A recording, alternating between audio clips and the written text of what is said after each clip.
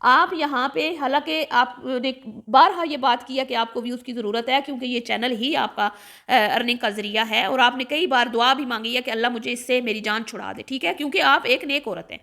لیکن آپ کی جو بہن ہے، جو آپ کی پیاری لاڈلی بہن ہے، جو لاکھوں میں ڈیلی ویوز لیتی ہے،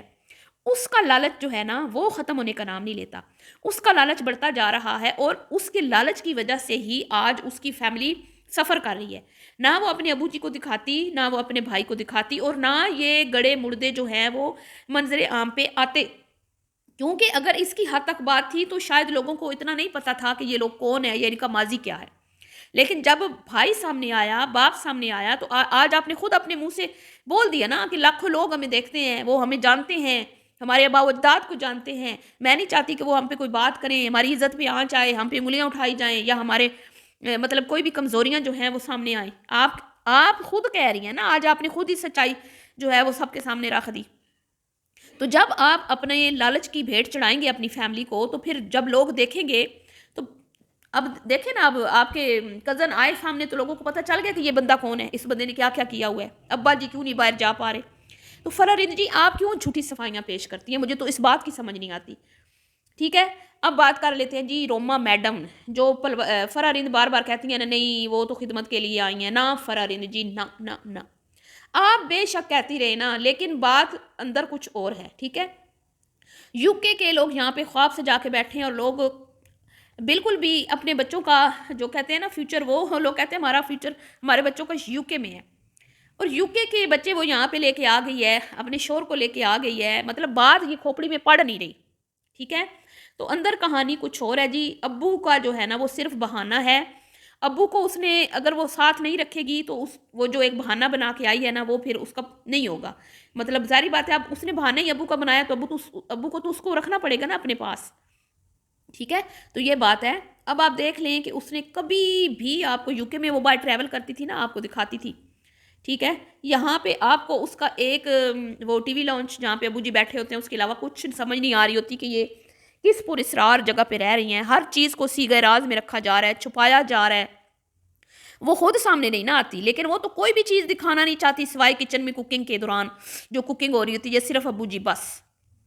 تو پھر دال میں کچھ کالا تو ہے نا فرا جی، آپ بھی سمجھدار ہیں، میں بھی سمجھدار ہوں۔ آپ بات کر لیتے ہیں وہ بھابھی کون ہے۔ تو جب ان کی اس نے بھابھیوں کی تذلیل کی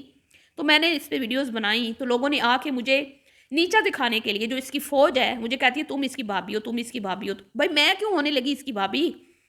اللہ معاف کرے، میرے شوہر زندہ سلامت میرے پاس ہیں، تو یہ اتنی گھٹیا اور نیچ عورتیں ہیں، مطلب کہ کرٹیسزم ان سے برداشت نہیں ہوتا، اور تم لوگوں کی بھابھی اگر آ گئی نا منظر عام پہ تو تم لوگوں کی تو پھر میں اب کیا ہی کہوں، اب میرے منہ میں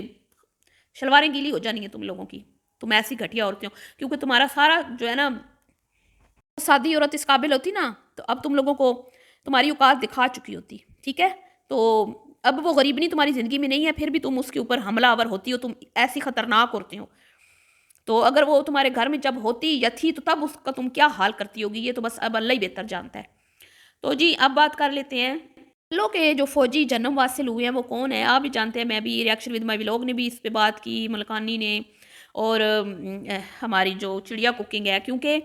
اتنے کوئی گندے کامنٹس آتے ہیں نا، ہم تو بات کر رہے ہیں نا ان کے کانٹینٹ پہ، تو مجھے تو میری تو جوتی کو ٹوٹی ہوئی، میں جیسے کہا نا چڑیا نے ٹوٹی ہوئی جوتی کو بھی پرواہ نہیں ہے، تم لوگ جتنے مرضی گندے کامنٹس کرواتے رہو۔ تو یہ ایک فوج ہے جس میں ایک اس کی قریبی ساتھی جو کہ اس کا دایاں بازو کہہ لیں، پلوشا کوکس آفیشیل کا، جس کو پکڑ لیا گردن سے ہماری چڑیا نے، دبوچ لیا، تو اب جی وہ بھاگنے پر مجبور ہو چکی ہے، کیونکہ اس کو پتہ چل چکا ہے کہ اب میرے کچے چٹے کھل رہے ہیں تو اس سے تو پھر ہم سب پھنسیں گے، ٹھیک ہے۔ تو کیا ہوا کہ اب وہ بھاگ گئی ہے،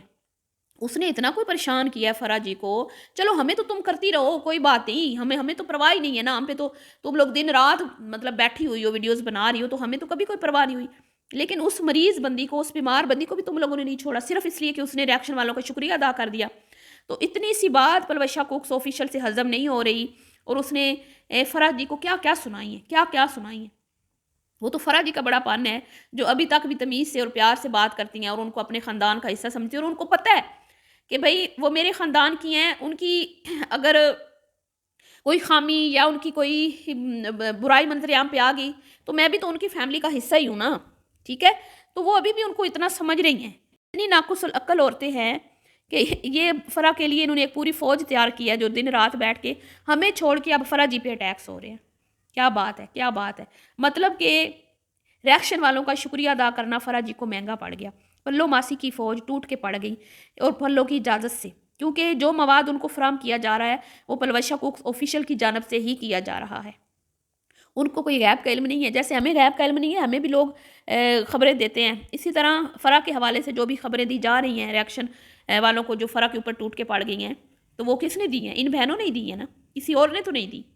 تو یہ تو سگی بہنوں کی نہیں ہے، یہ بچہ کچھ کانٹینٹ بہنوں کی جھولی میں ڈالتی ہے جب پاکستان آتی ہے۔